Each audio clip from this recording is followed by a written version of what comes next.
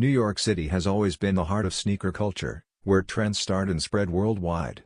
For years, Nike has dominated the city, but competitors like New Balance and ASICS are now turning up the heat, challenging the swoosh in its own backyard.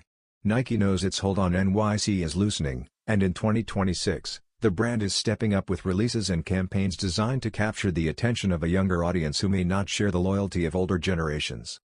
One of the most exciting drops is an all-black Air Force One low featuring a new city-inspired branding called NYKE, blending Nike and NYC.